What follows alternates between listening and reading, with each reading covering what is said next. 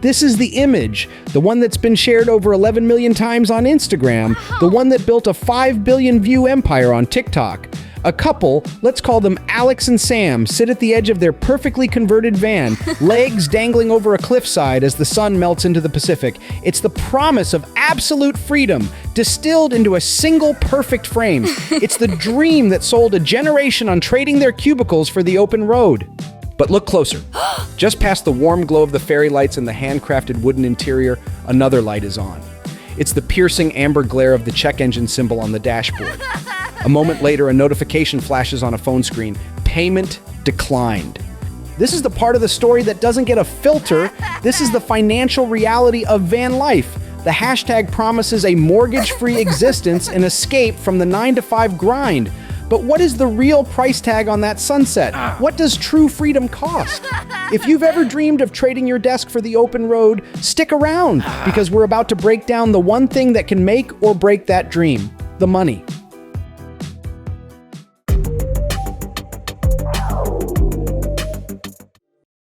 1. The dream. From 9 to 5 to the open road.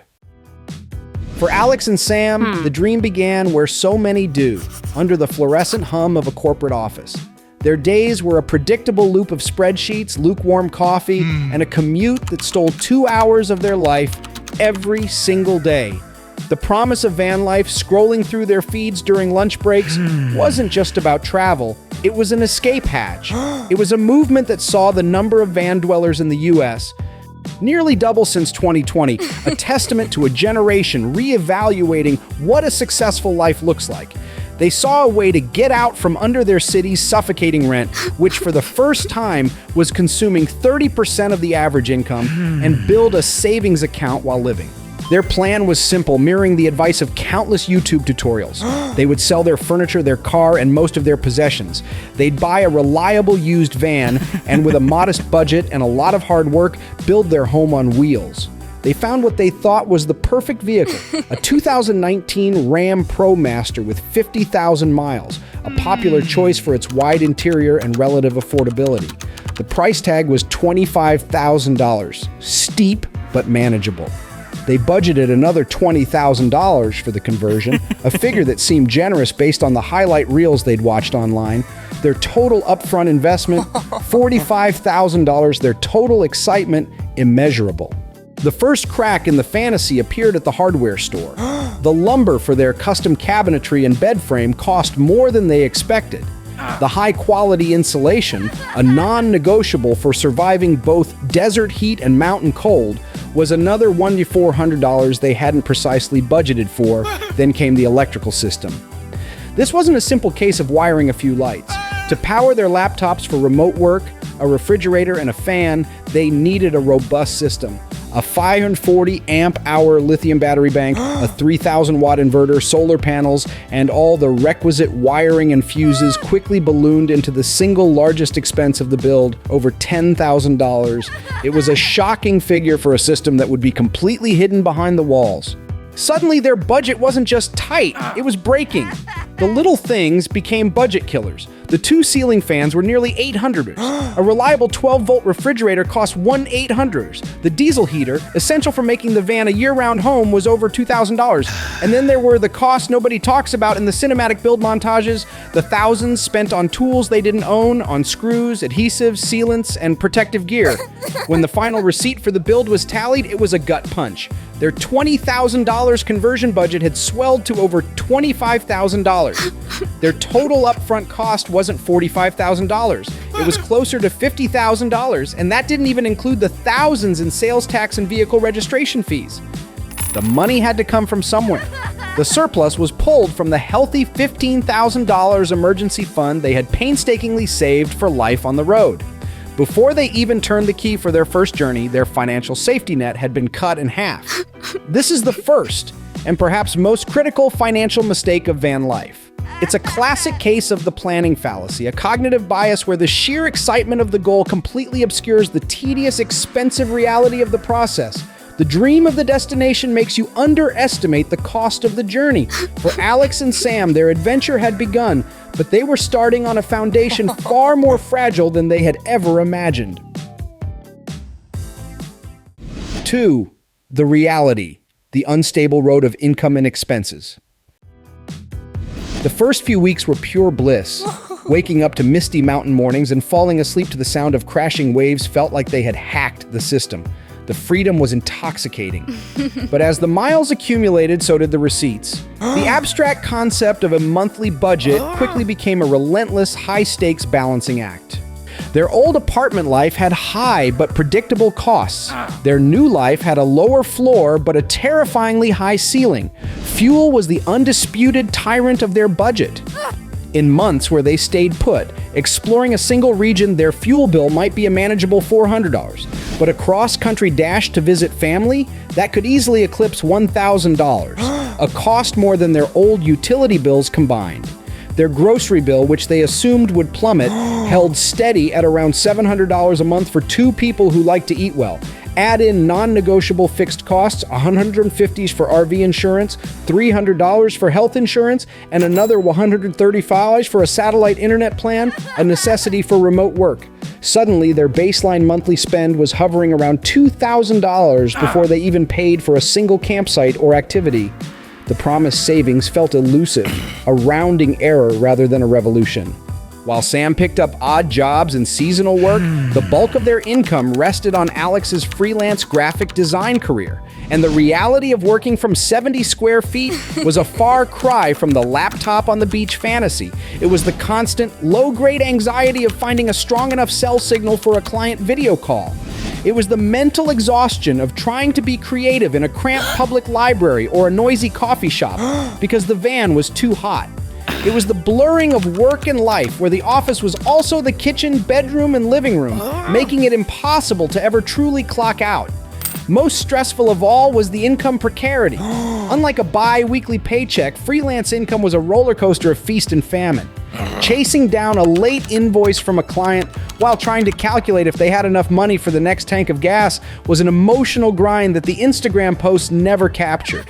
This precarious balance, volatile income versus volatile expenses, came to a head on a desolate stretch of highway in rural Nevada. It started with a shudder, then a clank, and then a terrifying silence as the engine died. The check engine light that had been flickering for a week was now joined by a chorus of every other warning light on the dashboard. The diagnosis at the nearest town's only garage was grim, a failed alternator. The repair itself was $1,200, but the real costs cascaded. The tow was $300. The parts wouldn't arrive for 3 days, forcing them into a roadside motel at $150 a night. The total bill for one mechanical failure approached $2,000, wiping out nearly a quarter of their depleted emergency fund in one fell swoop. It was in that sterile motel room, the smell of bleach in the air, that the weight of their financial reality crashed down. The freedom they had chased felt like a cage. They had traded a predictable, structured life for one of constant, gnawing uncertainty. This is the hidden psychological tax of van life. It's not the average monthly cost that wears you down, it's the volatility. Humans are wired for certainty. An unexpected $2,000 loss triggers a far greater stress response than a predictable $2,000 rent payment. It was a painful, expensive lesson that the most important system in their van wasn't the electrical or the plumbing, it was the financial one. And theirs was on the verge of total collapse. 3. The lessons. From ideals to a practical blueprint. Sitting at a wobbly table in that motel room, surrounded by receipts and repair estimates, Alex and Sam faced their moment of truth. They could pack it in, sell the van at a loss, and retreat to the perceived safety of their old lives. Or they could treat this breakdown not as a failure, but as an education. They chose the latter. They opened their laptop, created a new spreadsheet, and began building the financial blueprint they should have had from day one. Their first and most critical lesson was about financial preparation. The romance of just doing it is a dangerous myth promoted by those who often have a safety net. The reality is that your home is also your vehicle and it will break. They realized their emergency fund wasn't just for a rainy day, it was for the inevitable storm. They set a new, non-negotiable goal to rebuild their savings to at least $10,000, enough to cover a major repair and several months of living expenses without inducing panic. This fund, they now understood, was the true foundation of freedom. The second lesson was the danger of a single financial thread. Alex's freelance work was their primary lifeline, and its instability left them constantly exposed. They needed to practice skill diversification. While Alex focused on securing a more stable roster of clients, Sam began actively seeking out flexible, location-based work. He found opportunities through seasonal work websites, spending a month working the grape harvest in California, and later taking a position as a campground host in a national park. These roles not only provided a steady secondary income stream, but also often came with a free place to park, drastically reducing their biggest expenses. Finally, they learned the importance of realistic expectations. They had been trying to live a highlight reel, chasing epic vistas and constantly moving. They now embraced a philosophy of slow travel. By spending weeks or even months in one area, they slashed their fuel costs, their single biggest variable expense. They became masters of the budget-friendly lifestyle, cooking almost all their meals, using apps like iOverlander to find free campsites, and realizing that the best experiences were often the ones that didn't cost a thing. Their journey was no longer about escaping constraints, but about building a sustainable structure that could support their dream. This is the pragmatic idealism that defines a successful life on the road. The ideal, the freedom, the adventure is only made possible through the pragmatic application of a solid, realistic financial plan. Conclusion. In the end, Alex and Sam found their sunset again, but this time it felt different. It wasn't the naive fantasy from the beginning of their journey. It was a quiet, earned peace. The check engine light was off, and their bank account was slowly healing.